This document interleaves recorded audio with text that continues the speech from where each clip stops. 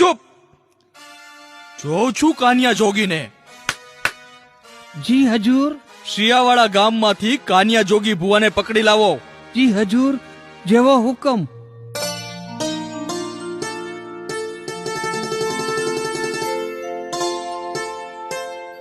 જય માં મેલડી, જય માં મેલડી, જય માં મેલડી. તમે કાન્યા જોગી ભુવા છો? હા, આ જીવને લોકો કાનિયો જોગી કહે છે. જોગીડા, હાલ અમારી હારે ધોળકાના બાદશાહનો હુકમ છે. હુકમ? પણ મારો વાઘ ગુનો શું ભાઈ?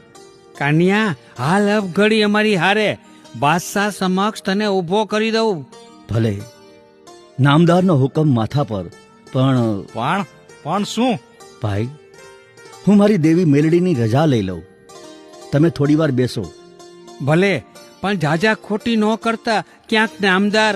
બસ ભાઈ, મારી ઉગતા પોરની દેવી મેલડીની રજા મળી જાય ને એટલે હાલી નીકળીશું. જય માં મેલડી. ભલે ભુવા.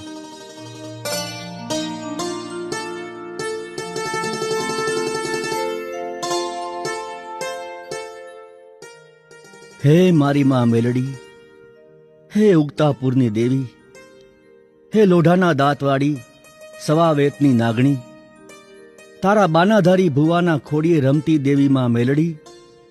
જોયું ને, આ તારા ભુવાને, તારા પોઠિયાને રાજનું તેડું આવ્યું. મારે માથે વિપતુના વાદળો ઘેરાયા છે. હે માવડી, જવાબ દે. મારો શું વાંક ગુનો કે બાદશાહે હુકમ કર્યો? હે મારી મેલડી, જવાબ દે માવડી. હાકોટે દોડી આવ માં.